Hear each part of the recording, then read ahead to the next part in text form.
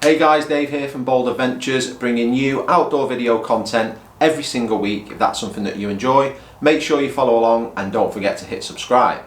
So in this video, I'm going to be taking you through a full hiking guide for one of my recent hikes, which was again over in the Peak District, and it was taking in Crome Hill and Parkhouse Hill, otherwise known as the Dragon's Back.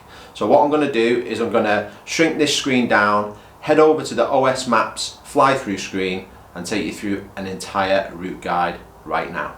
Let's go. Okay, so there we go. For the duration of this video, I'm going to be located in this bottom right hand corner, giving some tips on the route. First of all, I want to start by saying make sure you always take a map when you go hiking, and don't solely rely on your mobile phone for navigation.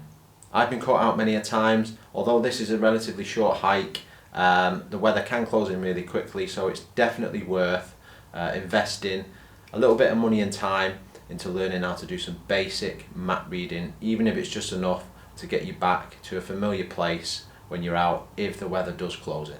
So this hike itself, we chose to park in the small village of Earl Sterndale. We parked in the village green, and I'll leave the postcode on there so that you can see exactly where we parked the car. It was free parking. Just be mindful, if you're going to park in a small village in the Peak District, make sure you're courteous to other drivers as well as people that actually live there. And the route will also be finishing in the exact same spot as well, because it is a circular hike. The hike's 5.8 kilometers in total and covers a maximum elevation of 436 meters. So you can see as we start, the locator heads westbound and it gets to this point here. Now as you walk down the road, you'll know if you're going the right way because you'll pass a pub. That pub is called the Quiet Woman. It'll be on your left hand side, so if you've gone past that pub, you're going in the right direction.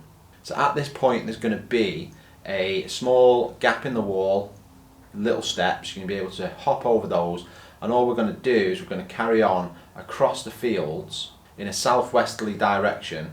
It's pretty basic hiking. It's relatively easy underfoot, but it might be slippy when it's wet. I'm going to continue hiking to this point. So from this point, you're going to be able to get your first good look at the Dragon's Back itself. Now, don't think I need to explain why it's called the Dragon's Back, because it actually looks like two humps in the ground of a dragon's back.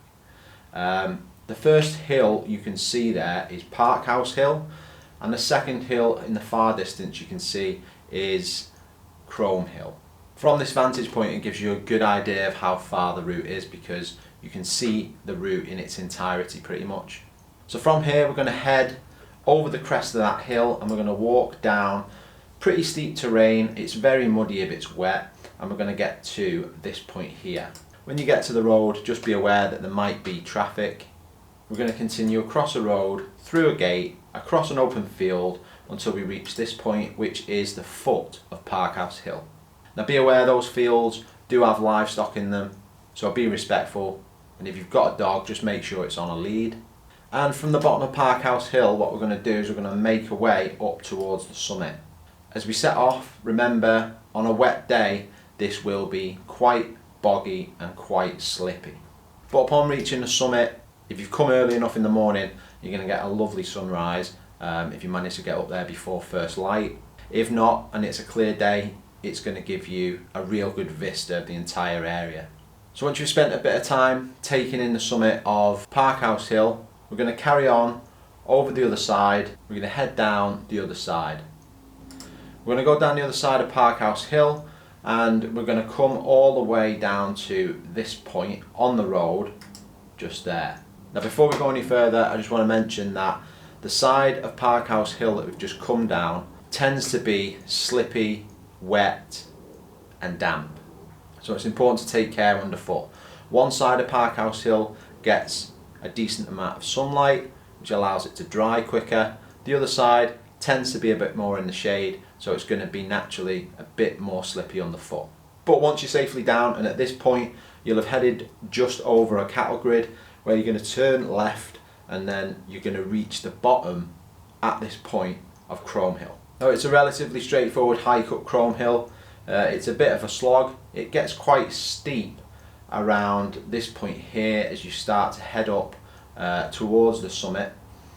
But once you reach the top at the summit, I suggest stopping here for a little while, take a break, have a drink, maybe have some lunch or breakfast if you've come early, before you decide to set off on the other side of Crome Hill.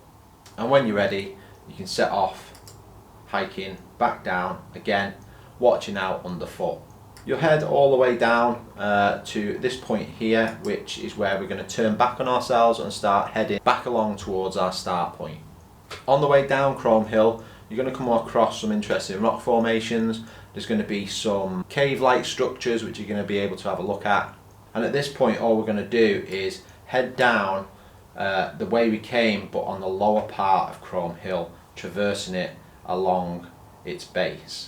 Now it's going to be easy enough to just handrail the dry stone walls for a period of time until you get to here, and at this point you'll be able to see that we are going to be following the same route back down to the road. So we head back down along pretty much the exact same route all the way back down to the road. We're going to cross straight back over the cattle grid to this point here, which again is on the road, but we are at the bottom of Parkhouse Hill. So at this point you're going to be able to make a decision as to whether you want to go the exact same way back, which ascends Parkhouse Hill and back down the other side, or as we did on this day, we decided to traverse along the base and head back that way.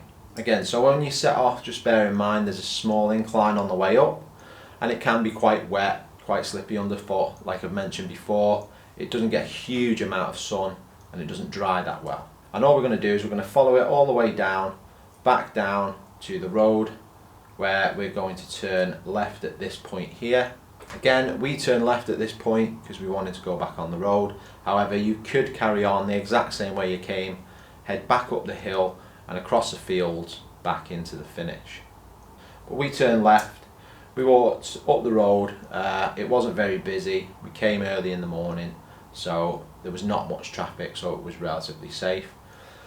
As you come up through the little valley, you're going to get to your first road junction, and at that point you're going to turn right, and it's going to take you right back in towards Earl Sterndale, where you've parked the car. It'll take you into the village green, and then the route will be over.